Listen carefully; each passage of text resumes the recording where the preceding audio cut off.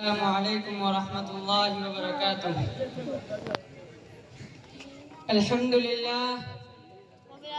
للہ وکفى وسلام علی عباده الذین اصطفى، اما بعد، اعوذ باللہ من الشیطان الرجیم، بسم اللہ الرحمن الرحیم۔ لقد كان لكم في رسول الله أسوة حسنة، وقال النبي صلى الله عليه وسلم: فإن خير الحديث كتاب الله، وخير الهدي هدي محمد، وشر الأمور محدثاتها، وكل بدعة ضلالة، أو كما قال عليه الصلاة والسلام۔ ہر قوم فرفر اڑی جا رہی ہے، ہر قوم فرفر اڑی جا رہی ہے، جو چلتی تھی گھٹنوں کے بل پڑی جا رہی ہے۔ اے قوم مسلم تجھے کیا ہوا، اے قوم مسلم تجھے کیا ہوا کہ سواری سے پیدل چلی جا رہی ہے۔ یہ داڑھی کی دشمن ہوئی قوم ایسی، یہ داڑھی کی دشمن ہوئی قوم ایسی کہ مردوں سے عورت بنی جا رہی ہے۔ محترم حضرات، آج کا ہمارا یہ پروگرام بڑے زور و شور کے ساتھ رواں دواں ہے۔ اچانک مجھ کو جملہ معترضہ کے طور پر درمیان میں حائل کر دیا گیا۔ میرے عزیزوں، انسان کے 5 طبقات ہیں جن کو ہمارے استاد محترم یوں بیان کیا کرتے ہیں۔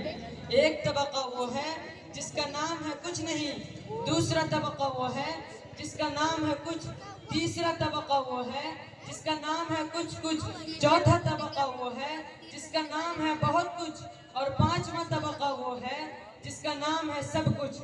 میرے عزیزوں، میں اول کے طبقہ میں شمار کیا جاتا ہوں، لیکن یہ سوچ کر مائک پر آ گیا ہوں کہ آج تو یہ اکابر اور بزرگان دین ہمارے اوپر سایہ فگن ہیں، مگر کل جب یہ نہ ہوں گے اور دنیا ہم نہ اہلوں کو مقتدا بنائے گی اور امت کی باغ دور ہمارے ہاتھ میں دے دی جائیں گی، اور ہم سے خود کی اصلاح نہ ہونے کی بنا پر صحیح قیادت نہ ہو پائیں گی، تو غیر ہم کو یوں طعنہ دیں گے: تھے وہ تمہارے آبائی تم کیا ہو، تھے وہ تمہارے آبائی تم کیا ہو، ہاتھ پر ہاتھ دھرے منتظر فردہ ہو۔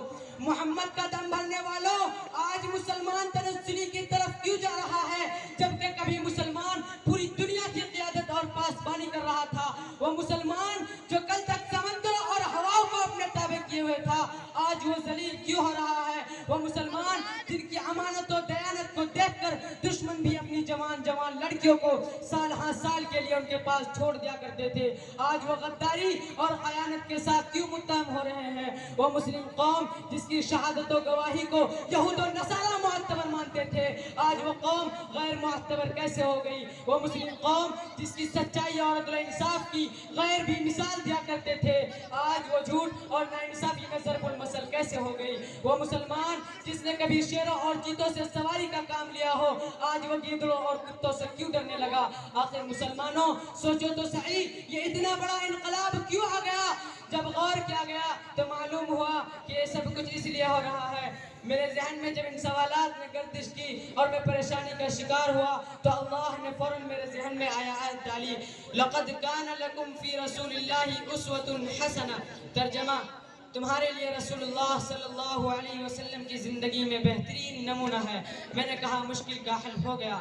جب تک مسلمان نبی کے طریقے پر تھا تو کامیاب تھا، جب تک مسلمان صحابہ کرام کی اتباع کر رہا تھا تو ہدایت پر گامزن تھا، جب تک مسلمان قرآن و حدیث کی روشنی میں فیصلہ کرتا رہا دنیا اس کے فیصلے کو مانتی رہی، جب تک مسلمان نبی کے طریقے کو نہیں بھولا تھا دنیا کی کوئی سپر طاقت بھی اس کا مقابلہ نہ کر سکی۔ یہی وجہ تھی کہ اگر وہ مرے بھی تو کامیابی کی موت مرے، اور آج جب کہ مسلمانوں نے نبی کے طریقے کو چھوڑ دیا، قرآن و سنت کو بھلا دیا، صحابہ کرام کی اتباع کو حقیر سمجھا، قرآن و حدیث کے فیصلے کو نہیں مانا، تو بتلاؤ یہ ذلت کے گہرے غار میں نہیں جائے گا تو اور کہاں جائے گا؟ یہ ہلاک نہیں ہوگا تو پھر اور کیا ہوگا؟ غیور نوجوانوں، آپ سر سے لکھے جانے کے قابل اور میزان عدل میں تولے جانے کے لائق ہیں۔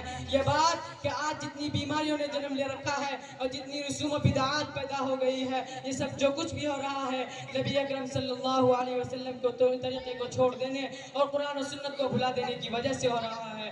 مسلمان پریشان اگر ہوا تو آقا مدنی صلی اللہ علیہ وسلم کے طریقے آراز کرنے کی وجہ سے ہوا، مسلمان اگر مقروض ہوا تو سنتوں پر عمل کرنے کی بنا پر ہوا.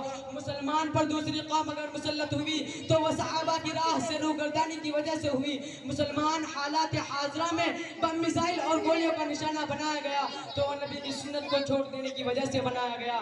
مسلمان وہ نہیں جس کو حالات بدل دے، بلکہ مسلمان وہ ہے جو خود حالات کو بدل دے. کردار سے بنا یہ معیار زندگی، کردار سے بنا یہ معیار زندگی، ماحول سے حیات کا سودا نہ کیجئے. رسول اللہ صلی اللہ علیہ وسلم نے فرمایا تھا کہ انہیت الشوارب وعفو اللحی، مونچھوں کو اچھی طرح پست کرو اور داڑھی کو بڑھاؤ. مسلمانوں نے اس کا الٹا کرنا شروع کر دیا. نبی نے فرمایا تھا افشوا السلام، سلام کو رواج دو. آج مسلمانوں نے اس کو بھلا دیا. نبی نے فرمایا تھا اتقوا الدنیا، دنیا سے بچو. آج مسلمان دنیا کے پیچھے پڑا ہوا ہے. مسلمانوں تم محمد صلی اللہ علیہ وسلم کی سنت سے آراز کر کے حب نبی کا دعویٰ کرتے ہو. آقا کالی کملی والے صلی اللہ علیہ وسلم کی سنت سے آراز کر کے حب نبی کا دعویٰ کرتے ہو. آقا کالی کملی والے صلی اللہ علیہ وسلم کا ایک فرمان اور سنتے جاؤ.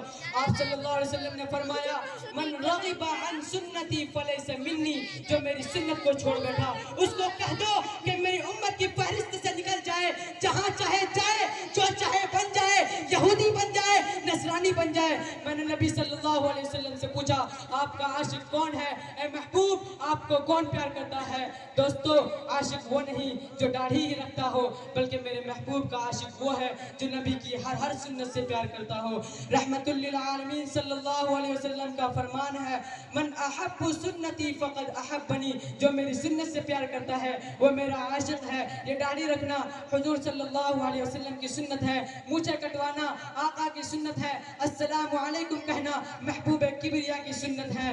مسلمانوں سوچو آج تم تنزلی کے کس درجے پر پہنچ چکے ہو. کسی نے تمہارے حال پر افسوس کرتے ہوئے کہا ہے مسلمانوں کیا سے کیا ہو گئے تم، مسلمانوں کیا سے کیا ہو گئے تم، ابھی جاگے تھے ابھی سو گئے تم.